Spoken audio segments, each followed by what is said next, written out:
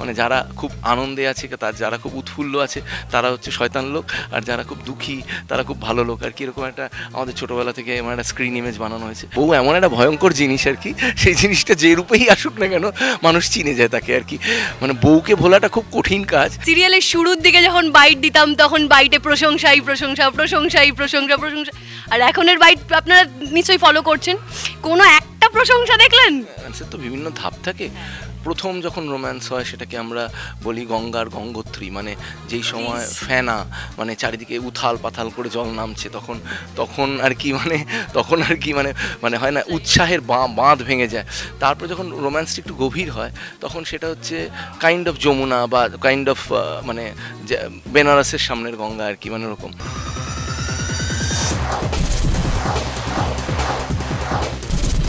সেরা জুটির কথা বললেই যেই জুটির কথা মনে পড়ে সেটি হলো সান বাংলার আকাশ কুসুমের ডালি এবং রক্তিমের কথা।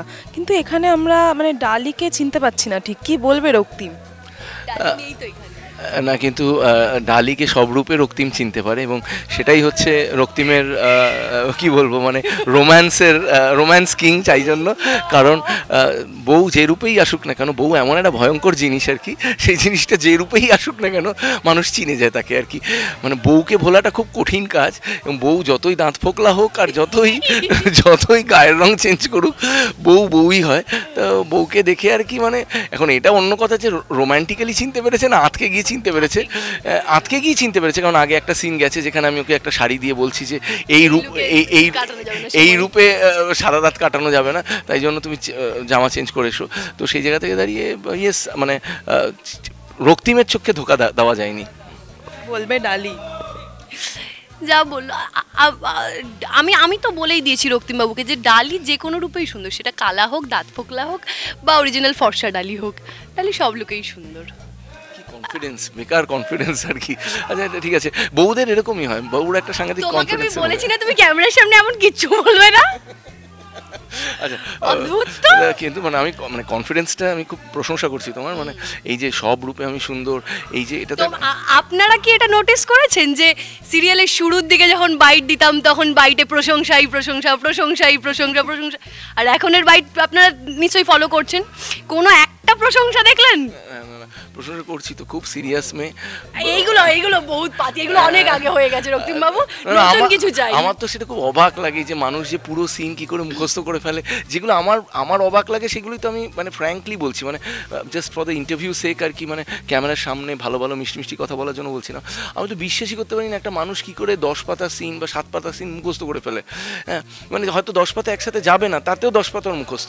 এবং সবচেয়ে বেস্ট হচ্ছে যে ওরগুলো তো মুখস্থই, আবার আমি ভুলে গেলে আমারগুলো ওর মুখস্থ। তো সেটা তো একটা কোয়ালিটি, এটা তো মানে আমি তো এত ভালো লাগে। শোনো, তুমি এইগুলোই কন্টিনিউ করে, যে আমি ডেফিনেটলি তোমাকে, তুমি যা খেতে ভালোবাসো সেগুলো খাওয়াবো। আচ্ছা ঠিক আছে, সবসময় প্রশংসা করবে। আচ্ছা ঠিক আছে। তো যা খেতে ভালোবাসিও তাই খাওয়াবে। দর্শক বন্ধুরাও কিন্তু প্রমিস করে দিয়েছে ক্যামেরার সামনে, তাই এবার রেসপন্সিবিলিটি ইজ ইয়ার্স। আর হচ্ছে মানে যেটা বলছিলাম যে ভালো কোয়ালিটিস তো ডেফিনেটলি আছে, এবং গল্পটার মধ্যে দিয়ে এখন সবচেয়ে ইন্টারেস্টিং ব্যাপারটা হচ্ছে একটা সাংঘাতিক টুইস্ট অ্যান্ড টার্নসের মধ্যে দিয়ে গল্পটা যাচ্ছে। দুটো মা এসে হাজির, মা মাসি না মাসি মা, এটা নিয়ে এখন কনফিউশন চলছে। এবং মানে সত্যিকারেরই অবস্থা, মানে আমাদের মা মাসি অবস্থা হয়ে গেছে আর কি। মানে ওই মায়ের থেকে মাসির দরদ বেশি, এই ব্যাপারটা মনে হয় এই সিরিয়ালে মানে আর কি একদম ফুটে উঠেছে। মাসি আর কি আমার জন্য একদম মানে প্রাণ দিয়ে দিচ্ছে, কিন্তু ইয়েস আমার মাসি আর পেছন থেকে কলকাঠিও নাড়াচ্ছে, সেটাও দেখা যাচ্ছে। এবং আমার অরিজিনাল দুঃখী মা, মানে নিরূপা রয় মার্কা একটা মা এসে গেছে আর কি, দুঃখী মা। ভালো মানুষ হলেই যে দুঃখী কেন হতে হবে সেটাও আমি বুঝি না, বাট দেন এগেন আমরা বোধহয় স্ক্রিনে দেখতে ভালোবাসি। মানে যারা খুব আনন্দে আছে, যারা খুব উৎফুল্ল আছে তারা হচ্ছে শয়তান লোক, আর যারা খুব দুঃখী তারা খুব ভালো লোক আর কি। এরকম একটা আমাদের ছোটোবেলা থেকে এমন একটা স্ক্রিন ইমেজ বানানো হয়েছে।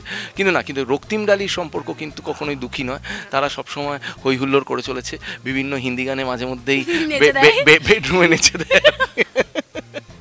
তো কোনোভাবেই তারা দুঃখী নয়, তারা মা খুঁজে পাওয়া যাচ্ছে না, মা আসছে, মায়ের অ্যাক্সিডেন্ট হয়ে যাচ্ছে, যা খুশি, রোম্যান্স থামবে না ভাই। দরজা এই আমি তো বলি ওই ড্রয়িং পর্যন্ত কোনো রোম্যান্স নেই, কিচ্ছু নেই। যেই রক্তিমের ঘরে এন্ট্রি হয় তখনই শুরু হয়ে যায় রোম্যান্স। আরে ভাই, হ্যাঁ মানে গল্পটায় যতক্ষণ আমরা ড্রয়িং রুমে থাকি বোঝা যায় না এত এত রোম্যান্স কি আছে, কিচ্ছু বোঝা যায় না। যেই বেডরুমে গল্পটা ঢোকে গলার টোনই চেঞ্জ হয়ে যায়, পুরো পুরো অ্যাক্টিং চেঞ্জ হয়ে যায়, প্যাটার্ন চেঞ্জ হয়ে যায়, সঙ্গে সঙ্গে হিন্দি গান বাজা শুরু করে দেয়।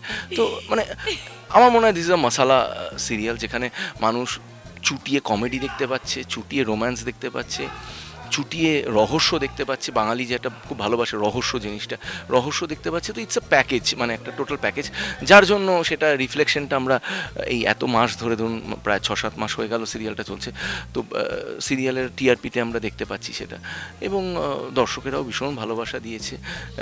তার জন্য we are very very very very thankful to the audience আর কি। এছাড়াও এই যে ডালি যে একটা একটা যে রহস্যময় একটা অ্যাম্বিয়েন্স তৈরি করেছে, বা এই যে নিরুপমাকে সন্দেহ করার ব্যাপারটা ডালির মধ্যে এলো কোথা থেকে, আমি এটা আমরা গল্পের মধ্যে দেখেছি যে রক্তিম যখন হসপিটালাইজড, তখন ওই আমি ঠাকুরের কাছে প্রার্থনা করছি, আর সেই সময় আমি অলরেডি মানে সন্দেহ করেছিলাম যে এটা নিরুপমা নয় বা কোনো একটা চাক্কার আছে। কিন্তু তারপরে হঠাৎই একজন ঝাড়ুদারের সাথে আমার ধাক্কা লাগে, আমি তাকাই অ্যান্ড সেটা দেখি জুরবা বেহেন মানে অনুপমা। তো সেখান থেকে আমি জানতে পারি যে এইখানে এই বাড়িতে যে আছে সে নিরুপমা মানে মাসি, আর আসল মানে দুখিয়ারি মা সে বাইরে আছে। তো এইবারে আজকে জন্মদিনের দিনে আমি মাকে এই বাড়িতে নিয়ে আসবো আর কি। তো রক্তিমেরও পুরো আর কি সাপোর্ট আছে, এবং রক্তিমও আমরা কিছু দেখতে পাচ্ছি যে সেও আর কি একটু সন্দেহের দিকে যাচ্ছে। হ্যাঁ মানে মানে সে যেহেতু ডালি আর কি বারবার করে কানে আর কি ঢোকাচ্ছে, বা ইনডাইরেক্টলি আর কি বোঝাচ্ছে যে এ তোমার মা নয় অ্যাকচুয়ালি, মানে রক্তিমেরও সন্দেহ হচ্ছে। কিন্তু আজকের সিচুয়েশনটা খুব ইন্টারেস্টিং। আজকে কিন্তু মায়ের জন্মদিনে সে ঠিক করেছে যে মায়ের নামে সমস্ত সম্পত্তি করে দেবে, মানে যার মায়ের যা প্রাপ্য আর কি। ছোটোবেলা থেকে কষ্ট করে মা বড় করেছে, তারপরে আমরা বিজনেস করেছি, ফ্যামিলিটা বড় হয়েছে বা নাম করা ফ্যামিলি হয়েছে, টাকা পয়সাওয়ালা ফ্যামিলি হয়েছে, কিন্তু এই পুরোটাই প্রাপ্য মায়ের, যেহেতু পুরোটাই মায়ের নামে দলিলটা করে দেবে। কিন্তু সেই দিন কি হচ্ছে, এই আজকে আমরা যে শ্যুট করছি সেই দিনের ঘটনাটাই শ্যুট করছি আর কি। সেক্ষেত্রে ডালির তো নিজের ওপর বিশ্বাস আছে, বা রক্তিমের তো ডালির ওপর বিশ্বাস আছে যে সে এই সত্যিটাকে সবার সামনে আনতে পারবে। হ্যাঁ ডেফিনেটলি, আমি তো বলেছি ডালির ওপরেই বিশ্বাস আছে, কারণ ডালি এই সিরিয়ালটাতে সব কিছু করে, কখনো ডাক্তার হয়ে যায়, কখনো পুলিশ হয়ে যায়, কখনো ডিটেকটিভ। আমি আরো কি করেছি আমার মনে পড়ছে। আচ্ছা, নিজে ওই ইনজেকশন করে আমি নিজে টেস্ট করেছি নিজের উপর, কারণ আমি সব পারি করতে। আমার উপর বিশ্বাস করবে না তো কার উপর বিশ্বাস করবে বলো তো? মানে এই মোমেন্টে আর কি সরকারের ওকে সবচেয়ে বেশি প্রয়োজন আর কি। বিষয় যে এই যে এত কিছু হচ্ছে, যে এত রহস্য, ভালোবাসা, রোম্যান্স, তো এক্ষেত্রে এতদিন পরে আবার যে একটা নতুন কি রোম্যান্স মানে কি আসতে চলেছে একটু যদি বলো। আমার মনে হয়, আশা করছি মানে রক্তিম আর ডালির সম্পর্কটা এখন যেই স্টেজে, মায়ের এই কেসটা সলভ হয়ে গেলে আশা করছি আবার একটা রগরগ রোম্যান্টিক সিন আসবে, ডেফিনেটলি আসবে। রোম্যান্সের তো বিভিন্ন ধাপ থাকে। প্রথম যখন রোম্যান্স হয় সেটাকে আমরা বলি গঙ্গার গঙ্গোত্রী, মানে যেই সময় ফেনা, মানে চারিদিকে উথাল পাথাল করে জল নামছে, তখন আর কি মানে হয় না, উৎসাহের বাঁধ ভেঙে যায়। তারপরে যখন রোম্যান্সটা একটু গভীর হয় তখন সেটা হচ্ছে কাইন্ড অফ যমুনা, বা কাইন্ড অফ মানে বেনারসের সামনের গঙ্গা আর কি, মানে ওরকম। তো তখন একটু থিতিয়ে গেছে ব্যাপারটা, তখন মানে এত মানে উচ্ছ্বাসটা একটু কম। তারপরে যখন মানে একেবারে গভীর প্রেম হয়ে যায়, মানে তারপরে মোহনা আর কি, তারপরে কোনো জলে উচ্ছ্বাস নেই, কোনো ঢেউ নেই।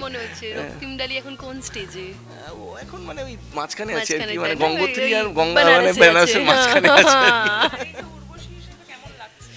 খুব ভালো লাগছে, মানে আমি দর্শকের রেসপন্সও বলছি, আর আমার তো মানে পার্সোনালি যদি বলি আমার খুব ভালো লাগছে। মানে সামনেটা বসে আছে, জিজ্ঞেস করতে পারো, মানে আমি এই সিন থাকলে আমি ভীষণ এক্সাইটেড থাকি।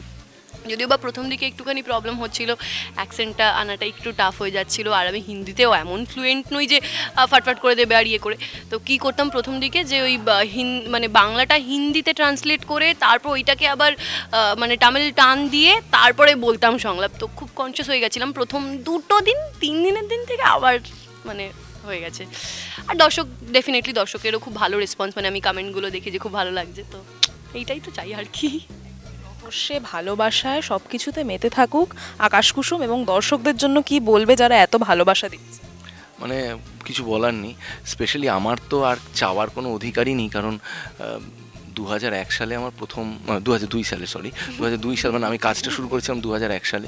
2002 সালে আমার প্রথম সিনেমা আলটিমেটলি পর্দায় আসে। 2 থেকে আজকে 24 মানে 22 ইয়ার্স একটা মানুষকে সহ্য করা দর্শকের জন্য খুব চাপের ব্যাপার, একটাই মানুষকে সহ্য করা। তো সেটা সিনেমা করেছি, টেলিভিশন করেছি, যাত্রা করেছি, বিভিন্ন ফরম্যাটে কাজ করেছি। তো সেখানে 22 বছর ধরে যখন দর্শক আমাকে ভালোবাসা দিয়েছে, এর থেকে বড় পাওনার একজন অভিনেতার জন্য কিছু হতে পারে না। যেই বাজারে 2 বছর বা 3 বছরের মধ্যে আর্টিস্টরা হারিয়ে যায়, সেখানে 22 বছর একটা মানুষকে সহ্য করা is a very difficult job. আর আমার হিরোইনের বয়সও 22 বছর। তো দ্যাট ইজ ওয়াই মানে দর্শকদের বলবো যে যেমন ভালোবাসা দিয়েছেন তেমনই ভালোবাসা দিতে থাকুন। সপ্তাহে 7টা দিন কিন্তু আমরা আপনাদের ড্রয়িং রুমে পৌঁছে যাই আপনাদের আনন্দ দিতে, এন্টারটেন করতে। তাই সপ্তাহে 7টা দিনই দেখুন সন্ধ্যে 7:30টার সময়, ঠিক যেই সময় বাড়ির পুরুষরা বাড়িতে ফিরছে, চা বানানো হচ্ছে, সেই সময়টা হয়। তো একদম বিস্কিটের সাথে আমাদেরকে দেখবেন, চা বিস্কিটের সাথে দেখবেন। এবং দেখবেন কিন্তু কোথায়?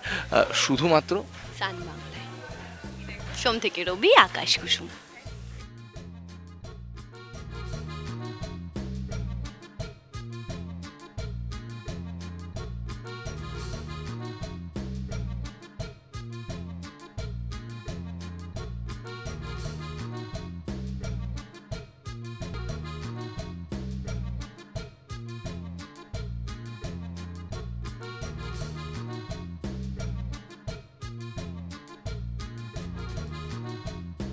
টলিউড ফোকাস কলকাতা চ্যানেলটি আপনাদের ভালো লেগে থাকলে লাইক করুন, সাবস্ক্রাইব করুন এবং আপনাদের পছন্দের ভিডিওটি অবশ্যই শেয়ার করুন।